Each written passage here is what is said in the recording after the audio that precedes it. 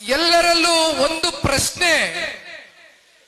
ಕಳೆದ 3 ವರ್ಷದಿಂದ ಜಾತ್ಯತೀತ ಜನತಾದಳ ಪಕ್ಷ ಕಡೂರು ಕ್ಷೇತ್ರದಲ್ಲಿ ಎಲ್ಲಿದೆ ಅಂತಕ್ಕಂಥ ಅಪಹಾಸ್ಯ ಮಾಡ್ತಾ ಇದ್ದಂತ ವಿರೋಧಿಗಳಿಗೆ ಬಹುಶಃ ಇವತ್ತಿನ ದಿನ ನೀವುಗಳು ಕೊಟ್ಟಿರ್ತಕ್ಕಂಥ ಉತ್ತರ ಏನಿದೆ, ಇವತ್ತು ಈ ಸಮಾವೇಶದ ಮೂಲಕ ಜಾತ್ಯತೀತ ಜನತಾದಳ ಪಕ್ಷದ ಕಾರ್ಯಕರ್ತ ಬಂಧುಗಳು ಮನಸ್ಸು ಮಾಡಿದ್ರೆ ಅದು ಯಾವ ಹಂತಕ್ಕೆ ಬೇಕಾದ್ರೂ ಹೋಗಿ ಇಳಿತಾರೆ ಅಂತಕ್ಕಂಥದನ್ನ ಸಾಬೀತು ಮಾಡಿದ್ದೀರಿ. ಇವತ್ತು ನಿಮ್ಮ ಸ್ವಾಭಿಮಾನದ ಬಗ್ಗೆ ಚೇತನ್ ರವರು ಮಾತನಾಡಬೇಕಾದ್ರೆ ಒಂದು ಮಾತನ್ನ ಹೇಳ್ತಾ ಇದ್ರು, ನಾನು ಬಹಳ ಸೂಕ್ಷ್ಮವಾಗಿ ಗಮನಿಸ್ತಾ ಇದ್ದೆ, ವಿಚಾರ ತಿಳ್ಕೊಂಡಿದ್ದೇನೆ. ನಾನು ಕ್ಷೇತ್ರಕ್ಕೆ ಮೊದಲನೇ ಬಾರಿ ಆಗಮಿಸ್ತಾ ಇದ್ದೇನೆ ಸತ್ಯ, ಆದ್ರೆ ಇಡೀ ರಾಜ್ಯದಲ್ಲಿ ಯಾವ ನಮ್ಮ ಜಿಲ್ಲೆಗಳಿದೆ, ನಮ್ಮ ಕ್ಷೇತ್ರಗಳು ಕರ್ನಾಟಕ ರಾಜ್ಯಕ್ಕೆ ಒಳಗೊಂಡಿರ್ತಕ್ಕಂಥ ಪ್ರತಿಯೊಂದು ವಿಚಾರವೂ ಕೂಡ ಗ್ರಹಿಕೆ ಮಾಡ್ಕೊಳ್ತಕ್ಕಂಥ ಪ್ರಾಮಾಣಿಕ ಕೆಲಸವನ್ನ ಮಾಡ್ತಾ ಇರ್ತಾನೆ ನಿಖಿಲ್ ಕುಮಾರಸ್ವಾಮಿ.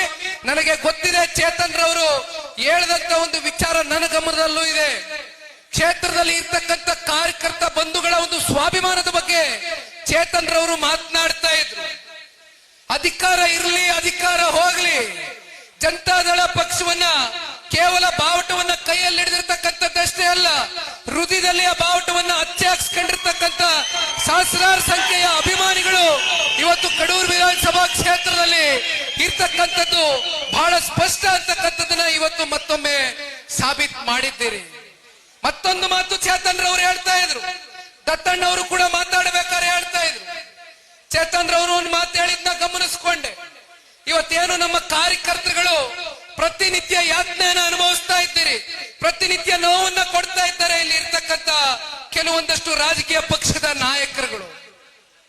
ಇವತ್ತು ಪೊಲೀಸ್ನ ಸಿಬ್ಬಂದಿಗಳು ಇವತ್ತಿಲ್ಲಿ ಬಂದಿದ್ದೀರಿ, ಬಹಳ ಜನ ಅಧಿಕಾರಿಗಳು ಇವತ್ತು ಈ ಕ್ಷೇತ್ರದಲ್ಲಿ ಇದ್ದಾರೆ. ಪೊಲೀಸ್ನ ಸಿಬ್ಬಂದಿಗಳಿಗೆ ಇವತ್ತಿನ ಈ ಕಾರ್ಯಕ್ರಮದ ಜವಾಬ್ದಾರಿ ತಗೊಂಡು ಬಹಳ ಅಚ್ಚುಕಟ್ಟಾಗಿ ನಡೆಸ್ಕೊಟ್ಟಿದ್ದೀರಿ, ನಾನು ಅಭಿನಂದನೆ ಸಲ್ಲಿಸ್ತೇನೆ ನಿಮ್ಮೆಲ್ರಿಗೂ.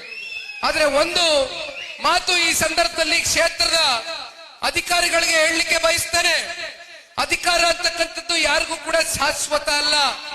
ನೀವು ಯಾರ ಮನೆ ಚಾಕ್ರಿ ಮಾಡಬೇಕಾಗಿಲ್ಲ, ಅಧಿಕಾರಿಗಳು ಯಾರಿಗೂ ಹೆದರಬೇಕಾಗಿಲ್ಲ. ಯಾವುದು ಕೂಡ ಯಾರಿಗೂ ಶಾಶ್ವತ ಅಲ್ಲ. ಯಾವತ್ತೂ ಕೂಡ ಜನತಾದಳ ಪಕ್ಷ, ಬಹಳ ಜನ ಹೇಳ್ತಾರೆ ಜನತಾದಳ ಪಕ್ಷ ಒಂದು ಸಣ್ಣ ಪಕ್ಷ, ಒಂದು ಪ್ರಾದೇಶಿಕ ಪಕ್ಷ ಅಂತ ಅಪಹಾಸ್ಯವನ್ನ ಮಾಡ್ತಕ್ಕಂಥದ್ದು, ಅವಹೇಳನಕಾರಿಯಾಗಿ ಚರ್ಚೆ ಮಾಡ್ತಕ್ಕಂಥದ್ದು ಸದನದಲ್ಲೂ ಕೂಡ ನೋಡಿದ್ದೇವೆ. ಆದ್ರೆ ಜನತಾದಳ ಪಕ್ಷ ಯಾವತ್ತಿಗೂ ಕೂಡ ಅಧಿಕಾರಕ್ಕೆ ಅಂಟ್ಕೊಂಡು ಕೂತಂತ ಪಕ್ಷ ಅಲ್ಲ. ಜನತಾದಳ ಪಕ್ಷ ಕನ್ನಡ ನಾಡಿನ ಜನತೆಯ 7.5 ಕೋಟಿ ಕನ್ನಡಿಗರ ಧ್ವನಿಯಾಗಿ ಇಲ್ಲಿಯವರೆಗೂ ಕೂಡ ಕೆಲಸ ಮಾಡ್ಕೊಂಡು ಬಂದಿದೆ. ಇವತ್ತು ಜನತಾದಳ ಪಕ್ಷದ ಮೇಲೆ ಅವ್ರಿಗೆ ಇರ್ತಕ್ಕಂಥ ಅಭಿಮಾನ ಇದು ಎಲ್ಲದಕ್ಕಿಂತ ಹೆಚ್ಚಾಗಿ ಸನ್ಮಾನ್ಯ ದೇವೇಗೌಡರು ಸಾಹೇಬ್ರಿಗೆ ದತ್ತಣ್ಣ ಅವರು ಕೊಡ್ತಕ್ಕಂಥ ಬೆಲೆ ಎಂತಹದ್ದು ಅಂತಕ್ಕಂಥದ್ದನ್ನ ಅನೇಕ ಸಂದರ್ಭದಲ್ಲಿ ಸಾಬೀತನ್ನ ಮಾಡಿದ್ದಾರೆ. ಮತ್ತೊಂದು ಮಾತು ನಾನು ನಿಮ್ಗೆ ತಿಳಿಸ್ಲಿಕ್ಕೆ ಬಯಸ್ತೇನೆ. ದತ್ತಣ್ಣ ಅವರು ಮಾತಾಡಬೇಕಾದ್ರೆ ಬಹಳ ಮನನೊಂದು ಮಾತನಾಡ್ತಾ ಇದ್ರು, ಆ ಅಂಶವನ್ನ ನಾನು ಗಮನಿಸಿದೆ. ದತ್ತಣ್ಣ ಅವರು ಕಷ್ಟ ಕಾಲದಲ್ಲಿ ಜನತಾದಳ ಪಕ್ಷವನ್ನ ಈ ಕ್ಷೇತ್ರದಲ್ಲಿ ಕಟ್ಟಿದ್ರು.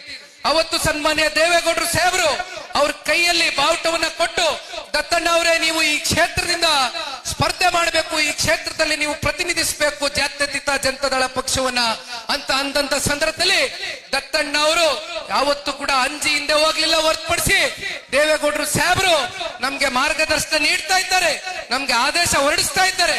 ಈ ಪಕ್ಷವನ್ನ ಕಷ್ಟನೋ ಸುಖನೋ ಸರಿನೋ ತಪ್ಪೋ ದೇವೇಗೌಡರು ಸಾಹೇಬರು ಕೊಟ್ಟಂತ, ಅವ್ರಿಗೆ ಕೊಟ್ಟಂತ ಮಾತನ್ನ ನಾನು ಉಳಿಸ್ಕೊಳ್ತೀನಿ ಅಂತ ದತ್ತಣ್ಣ ಅವರು ನಿಂತು ಪಕ್ಷ ಪ್ರಾಮಾಣಿಕವಾಗಿ ಕಟ್ಕೊಂಡ್ ಬಂದಿದ್ದಾರೆ.